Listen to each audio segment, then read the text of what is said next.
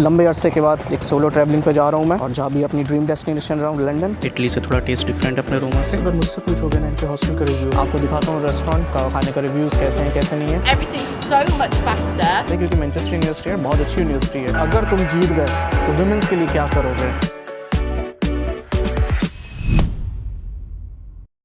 तो गाइस ये है एयरपोर्ट चम्पीनो। सो भाई चलने से पहले क्या हुआ ना कि मैंने बाहर से एक कबाब पकड़ लिया, क्योंकि फ़्लाइट है 2:30 बजे की, दोपहर का टाइम भी हो जाता, खाना भी खाया नहीं था सुबह सही से, और यहाँ पे मिलता है महंगा, आपको पता ही है।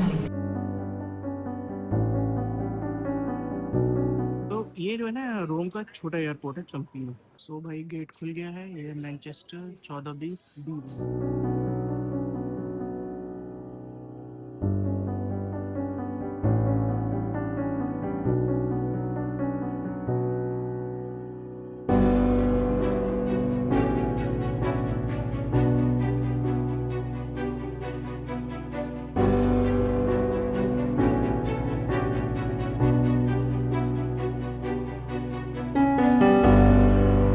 तो भाई वेलकम टू द मैनचेस्टर। आ जाओ दिखाते हैं साथ में मैनचेस्टर। सबसे पहले ढूंढते हैं कुछ खाने पीने का, बिकॉज शाम हो चुकी है। चलते टाइम मैंने कबाब खाया था और थोड़ी भूख भी है। कॉफ़ी वॉफ़ी हो जाएगी, हेडेक भी सही हो जाएगा। उसके बाद चलते हैं सीधे हॉस्टल की साइड। तो भाई सामने ही एक नज़र आ रहा है कैफ़े नैरो। कैफ़े नैरो जो है ना एक इटालियन फ्रेंचाइजी है, ज़बरदस्त। इटली में भी इनके काफ़ी ज़्यादा कैफेटेरियाज़ हैं, यहाँ पर भी दिख रहा है। तो चलो एक ब्रेकफास्ट करते हैं मैनचेस्टर में, इटालियन ब्रेकफास्ट। बस कॉफ़ी वॉफ़ी का मज़ा ले रहे हैं यहाँ पे, मस्त एकदम कफ़े लाते हैं। इटली से थोड़ा टेस्ट डिफरेंट अपने रोमा से, बट सही है, अच्छा है। काफ़े पी के अब निकलेंगे हॉस्टल के साइड पे। देखते हैं अपने हॉस्टल की डायरेक्शन कहाँ पे है, और आपको हॉस्टल पहुँच के दिखाते हैं हॉस्टल टूर। तो भाई जो भी हम पीछे काफ़े पी के आए हैं ना, विच कॉस्ट में अराउंड 6.5 विच इज़ 7.2 यूरो। अब ये सेम कॉफ़ी अगर हम लेते अपने कहाँ पे रोम में, तो कॉफ़ी विद कॉर्नेटो कितने की मिल जाती? लगभग 3 यूरो की। सो ये यहाँ पे थोड़ा बहुत डिफरेंसेस है, लाइक 7 यूरो 7.5 यूरो की एक कैपेचिनो और एक क्रोसेंट।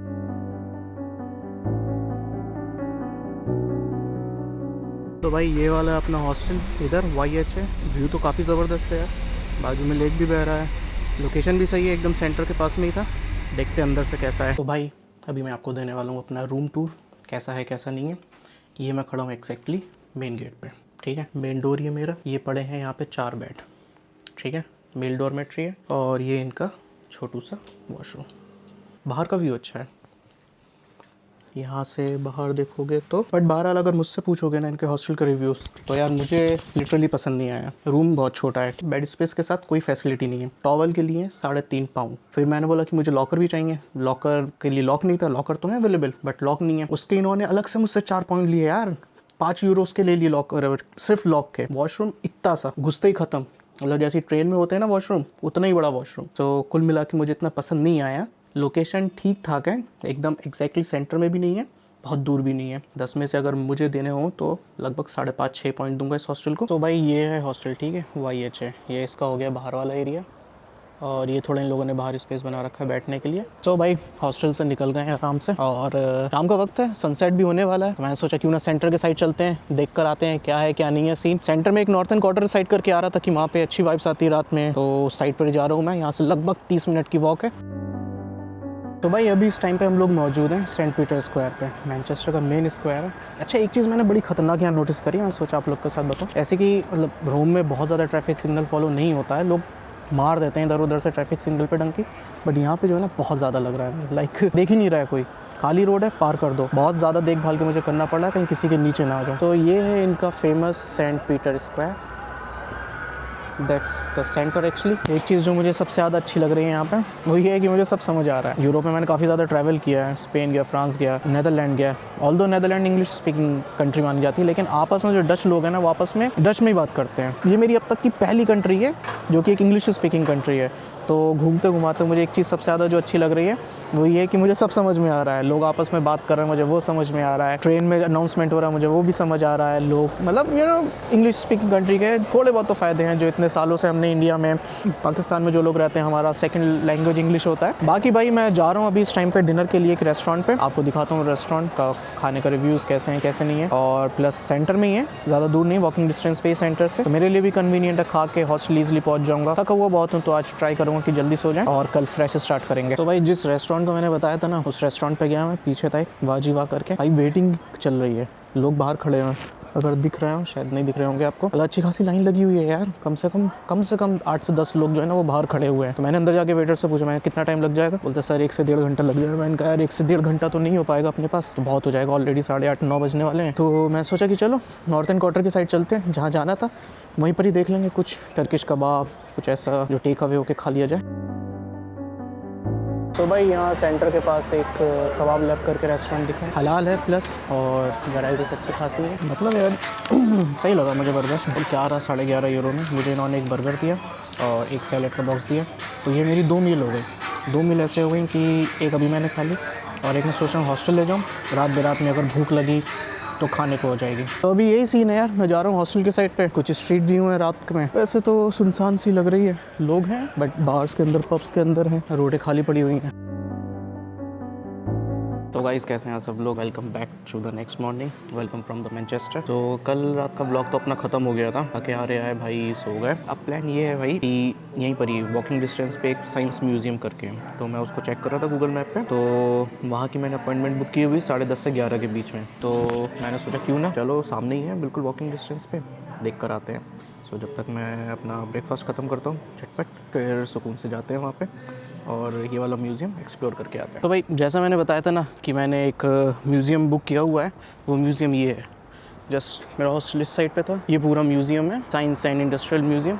बट क्या हुआ ना, फिर बीच में ऐसी एक टेम्पलेट पड़ी हुई थी, उस पर मैंने चेक किया कि फ्री वॉकिंग टूर भी अवेलेबल है। सो मैंने म्यूज़ियम को हटा के अब एक फ्री वॉकिंग टूर बुक कर लिया, जिसमें अब मैं जा रहा हूँ उसी साइड पे वॉकिंग टूर वाले की लोकेशन पे। 3 घंटे का वॉकिंग टूर है, जिसमें मैनचेस्टर की हिस्ट्री और भी बहुत सारी चीज़ें हैं वो। और ये जो है ना वॉकिंग टूर, एक साइट है freewalktour.com करके, वहाँ से आप किसी भी शहर में जाओ, ये लोग फ्री वॉकिंग टूर प्रोवाइड कराते हैं। मतलब बेसिकली बेस्ड ऑन ये टिप के ऊपर बेस्ड रहता है, आप जितना चाहो दे सकते हो, दिल नहीं है तो नहीं भी दे सकते हो। तो यही है, बाकी अगर इसका लिंक चाहिए मैं आपको डिस्क्रिप्शन बॉक्स में डाल दूंगा, यहाँ से आप कहीं पर भी जाएं घूमने। मैंने ऑलरेडी एक लिया हुआ है रोम में, अब ये मेरा 2nd वॉकिंग टूर होगा मैनचेस्टर में। तो भाई ये है अपना वॉकिंग टूर वाला जो मीटिंग पॉइंट था। ये सब लोग जो खड़े हुए हैं ये उसी के लिए हैं, वेट कर रहे हैं। जाता हूँ मैं, देखता हूँ कौन है गाइड, बातचीत करता हूँ, अपनी एंट्री बताता हूँ। means you can move everything so much faster. हो गया है वॉकिंग टूर स्टार्ट। थोड़ी बहुत चीज़ें बताई कि मैनचेस्टर इंडस्ट्रियल रेवोल्यूशन में सबसे फर्स्ट था, ऐसा था, सबसे पहले विंड सब मीलें यहाँ ही स्टार्ट हुई, स्टीम इंजन बना, इंडस्ट्री में सबसे ज़्यादा आइसक्रीम का इन्वेंशन हुआ, तमाम चीज़ें। टूर तो काफ़ी लंबा हो गया, देखते हैं कैसा होने वाला है। थोड़ी बहुत वाइब्स तो आ रही हैं कि कहीं बोरिंग ना हो जाए। जहाँ मुझे लगा थोड़ा बहुत भी बोर हुआ वहीं कल्टी मार लूँगा मैं।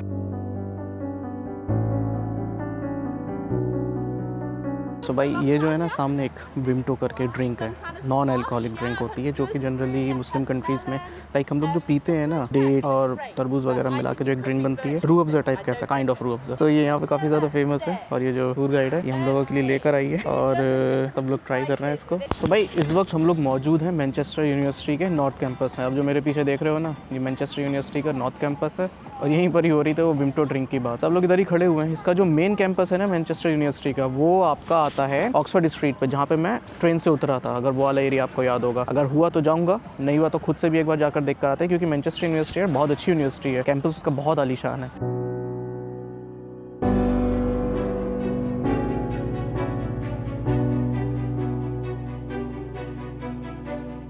यार अंदर से मुझे ना फील आ रहा है कि अब निकल लेना चाहिए, बिकॉज जिस टाइप का मैंने सोचा था टूर होगा, थोड़ा इंटरेस्टिंग फनी चीज़ें, उससे हटा के थोड़ा बोरिंग सा लग रहा है। साथ में मैं अकेला ही देसी हूँ, बाकी सब मिडिल एज के लोग हैं, मतलब वो वाइब नहीं आ रही मुझे जैसी आनी चाहिए थी। सो देखते हैं 1-2 स्पॉट्स और देखते हैं, फिर अगर मूड बना तो कहीं और निकल जाऊँगा। एक ना भाई बहुत ही इंटरेस्टिंग हिस्ट्री है मैनचेस्टर में हनी बी की। आपको यहाँ पे जितने भी बार्स वगैरह वगैरह जो कुछ है इंटरेस्टिंग से, उसमें आपको इस टाइप से जो है ना मधुमक्खियाँ बनी दिखेंगी, हनी बी। इसकी बहुत अच्छी इंटरेस्टिंग हिस्ट्री है जो अभी बता रहे थे गाइड। मतलब it's a symbol of working we, hard working, कैसे अपने काम के लिए जो है ना सब मैनचेस्टर में काम को ज़्यादा इंपॉर्टेंस देते हैं, कैसे सिटी जो है ना बिल्ड हुआ, लाइक 12-12, 14-14 घंटे जो है ना काम करते थे यहाँ पे वर्कर्स, लेबर्स, जिन्होंने इस सिटी को खड़ा किया। तो उसी के लिए जहाँ तक मुझे समझ में आया। तो भाई अभी हम लोग मौजूद हैं यहाँ पे मैनचेस्टर के के विलेज में।